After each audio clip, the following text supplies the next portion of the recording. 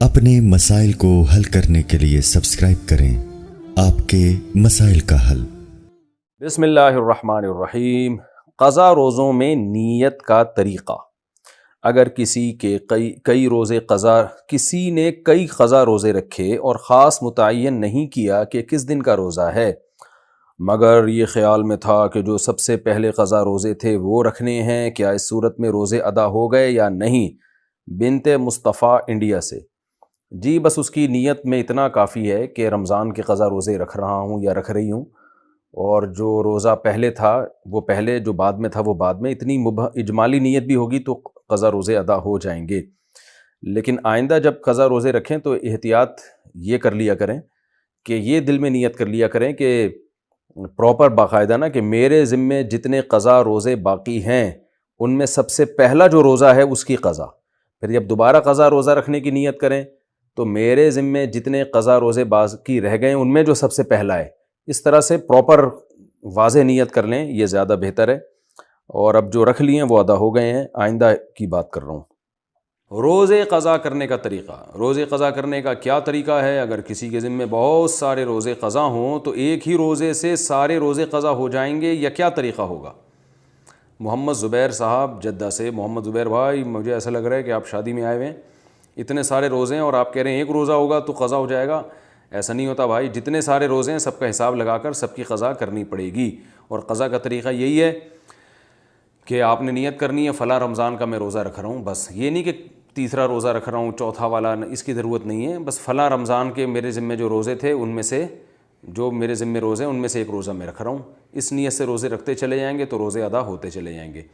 تو اور اگر یہ بھی یاد نہیں ہے کہ کون سے رمضان میں کتنے چھوڑے تھے تو بس اتنی نیت کافی ہے کہ بھئی آج جو میں روزہ رکھ رہا ہوں وہ میرے ذمے جتنے رمضان کے روزے باقی ہیں ان میں سب سے پہلا روزہ، تو پھر دوبارہ یہی نیت ہوگی کہ میرے ذمے رمضان کے جتنے روزے باقی ہیں ان میں سب سے پہلا روزہ، اس لیے کہ جو روزہ ہو گیا وہ تو پہلا رہا نہیں نا، وہ تو کمپلیٹ ہو گیا۔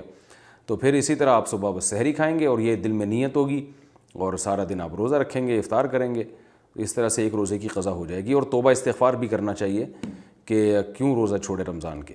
قضا روزوں سے پہلے شوال کے روزے رکھنا۔ رمضان کے روزے اگر باقی ہوں تو ان کی قضا سے پہلے شوال کے روزے رکھ سکتے ہیں۔ رضوان صاحب کویت سے۔ جی ہاں رکھ سکتے ہیں، کوئی حرج نہیں ہے، بشرطے کہ یقین ہو کہ قضا بھی جلدی سے مکمل کر لوں گا۔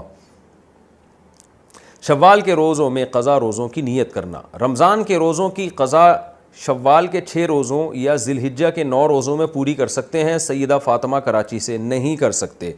رمضان کے روزوں کی قضا رمضان کے روزوں ہی کی نیت سے ہوگی، اس میں شوال کے 6 روزے یا ذی الحجہ کے 9 روزے نہیں آ سکتے اس میں۔ منت کے روزوں میں قضا روزوں کی نیت کرنا۔ کیا منت کے روزے میں رمضان کے قضا روزے کی نیت کر سکتے ہیں؟ حمنا خان۔ جی نہیں کر سکتے۔ منت کے روزے بالکل الگ ہوں گے، رمضان کے قضا روزے بالکل الگ ہوں گے۔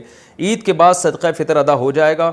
عید تک کوئی مستحق تلاش کرنے کے باوجود نہ ملے تو عید کے بعد ادا کرنے سے صدقہ فطر ادا ہو جائے گا۔ تنویر خان انڈیا سے۔ جی ادا ہو جائے گا، کوئی حرج نہیں ہے اس میں، بہتر تو یہ کہ اس سے پہلے دے۔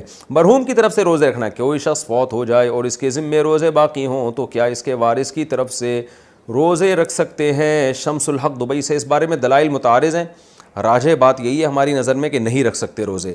ہاں اس نے روزہ رکھنے کی، روزے کے فدیے کی وصیت کی ہو، میت نے اگر وصیت کی ہو تو پھر 1/3 مال میں سے اس وصیت کو پورا کیا جائے گا، اور اگر وصیت نہیں کی تو پھر فدیہ بھی نہیں دیا جائے، یہ فدیہ دینا بھی لازم نہیں ہے۔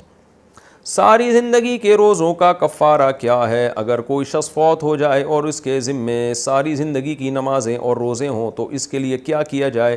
کیا اس صورت کے لیے کوئی ہیلہ وغیرہ ہے؟ زینت علی۔ کوئی ہیلہ نہیں ہے، بس توبہ استغفار کریں۔ اگر اس نے وصیت کی تھی فدیے کی تو وصیت پوری کر دی جائے، اگر وصیت بھی نہیں کی تھی بس توبہ استغفار کیا جائے اس کے لیے۔ روزے کے فدیے کی رقم کہاں خرچ کی جائے؟ مرحوم والدین کے روزے یا نماز کے فدیے کی رقم کن مصارف میں خرچ کی جا سکتی ہے؟ تعمیر مسجد یا مدرسہ میں، یا کسی غریب سگے یا دور کے رشتہ دار کو دی جا سکتی ہے؟ شوکی صاحب کراچی سے۔ جناب فدیے کی رقم کا مستحق وہی ہے جو زکوٰۃ کا مستحق ہے، اس میں مالک بنانا ضروری ہے غریب کو، تو قریبی رشتہ دار کو بھی دے سکتے ہیں، کوئی بھی غریب مسکین ہو اس کو دے سکتے ہیں، مدرسوں میں بھی دے سکتے ہیں، بشرطے کہ مدرسے کی انتظامیہ پر اطمینان ہو کہ یہ زکوٰۃ کے مستحقین میں یہ رقم خرچ کرے گی۔ تو جہاں زکوٰۃ خرچ ہو سکتی ہے وہاں روزے اور نماز کے فدیے کی رقم خرچ ہو سکتی ہے۔ اچھا بھائی، 8 سال کے سجدہ تلاوت کی قضا کا طریقہ. اگر کسی شخص نے پچھلے 8 سالوں سے اب تک لا علمی کی وجہ سے سجدہ تلاوت ادا نہ کیا ہو تو کیا حکم ہوگا؟ عرفان صاحب دبئی سے. ادا کر لے, اندازہ لگا لے کہ کتنے سجدے ہوں گے میرے ذمہ. بہت زیادہ, 1000 ہوں گے, 2000 ہوں گے, تو روزانہ 4 5 6 7 8 10 سجدے کر لے, انشاءاللہ تھوڑے دنوں میں پورے ہو جائیں گے. تو کوئی بہت زیادہ ٹائم تو نہیں لگتا سجدہ کرنے میں. اور ثواب کتنا ہے سجدہ کرنے کا؟ حدیث میں آتا ہے جو ایک سجدہ کرتا ہے اللہ اس کا ایک درجہ بلند کرتا ہے اور ایک گناہ اللہ اس کا معاف کرتا ہے. نماز اور صدقہ لوگوں کو دکھا کر کرنا. نماز یا صدقہ وغیرہ میں اس نیت سے دکھاوا کرنا کہ باقی لوگوں کو ترغیب ہو, کیا یہ ریا کے زمرے میں آتا ہے یا ایسا کرنا بہتر ہے؟ نیز اس کی حدود کیا ہیں؟ حمید اللہ صاحب کابل سے. دیکھو قرآن میں اللہ نے بیان کیا کہ ہمارے نیک بندے دکھا کے بھی صدقہ کرتے ہیں, چھپا کے بھی کرتے ہیں. چھپا کے کیوں کرتے ہیں؟ اخلاص کی وجہ سے. دکھا کے کیوں کرتے ہیں؟ لوگوں کو ترغیب دینے کے لیے. تو اس سے ہمیں پتہ چلتا ہے کہ اگر لوگوں کو دکھا کے آپ عبادت کر رہے ہیں اور آپ کا مقصد دکھلاوا نہیں ہے بلکہ لوگوں کو ترغیب دینا ہے تو یہ بالکل جائز ہے. تو نماز دیکھیں حدیث میں آتا ہے نا, اپنے گھروں کو قبرستان نہ بناؤ, گھروں میں بھی نماز پڑھا کرو, یعنی سنتیں. تو اس میں ایک بڑا مقصد ہے بچوں کو بھی ترغیب ہو. آپ دکھائیں گے بیوی بچوں کو تو ان کو بھی ترغیب ہوگی. صرف آپ کے کہنے سے ترغیب نہیں ہوتی, آپ بچوں کے سامنے بیٹھ کے دعائیں مانگا کریں, تلاوت کیا کریں تو ان کو بھی ترغیب ہوگی. تو اس لیے کسی کے سامنے نماز دکھا کے پڑھنا تاکہ لوگوں کو ترغیب ہو یہ جائز ہے, اس میں کوئی حرج نہیں ہے. البتہ دل میں آپ کے کیا ہے یہ اللہ ہی جانے. لیکن کچھ نماز چھپ کے بھی پڑھنی چاہیے اور دکھا کے بھی پڑھنی چاہیے. اسی طرح صدقہ خیرات, کچھ صدقہ خیرات وہ ہوں جو اللہ اور آپ کو پتہ ہوں. حدیث میں آتا ہے دائیں ہاتھ سے دو, بائیں کو بھی پتہ نہ چلے. اور کچھ ایسے ہونے چاہیے جو دکھا کے بھی ہوں. روزہ چھوڑ دیا تو صرف قضا ہے یا کفارہ ہے؟ اگر کوئی شخص جان بوجھ کر روزہ نہ رکھے تو قضا کرے گا یا کفارہ بھی دے گا؟ دیکھیں کفارہ ہوتا ہے روزہ توڑنے کی صورت میں, چھوڑنے کی صورت میں نہیں ہوتا. اگر آپ نے رمضان کا روزہ توڑ دیا, بیوی سے ہم بستری کر کے توڑ دیا, ہم بستری کا مطلب یہ کہ انٹرکورس کیا, تو بے شک یعنی صرف انٹرکورس کرنے سے ہی روزے دونوں پر کفارہ لازم آ جاتا ہے. اگر عورت کا روزہ تھا اور وہ راضی تھی اس عمل پہ تو اس پر بھی اور شوہر پر بھی. اور یا کھا پی کے روزہ توڑ دیا کسی نے, تو ان دونوں صورتوں میں 60 روزوں کا کفارہ لازم ہے. اور روزہ توڑنے سے مطلب رمضان کا روزہ 60 روزے لگاتار رکھنے پڑیں گے.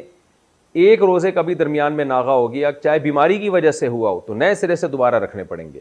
البتہ خواتین کو اگر درمیان میں مینسز آ گئے تو وہ دن خارج ہیں اس سے. جیسے ہی مینسز ختم ہوں گے دوبارہ کنٹینیو کر لیں, تو اس طرح سے 60 کنٹینیو کریں وہ. تو یہ ضروری ہے, یہ بہت بڑا جرم ہے, گناہ ہے رمضان کا روزہ توڑ دینا. اور چھوڑ دینا بھی بہت بڑا جرم ہے, بہت بڑا گناہ ہے. لیکن چھوڑنے کا کفارہ نہیں ہے, بعد میں ایک روزے کی قضا ہے بس.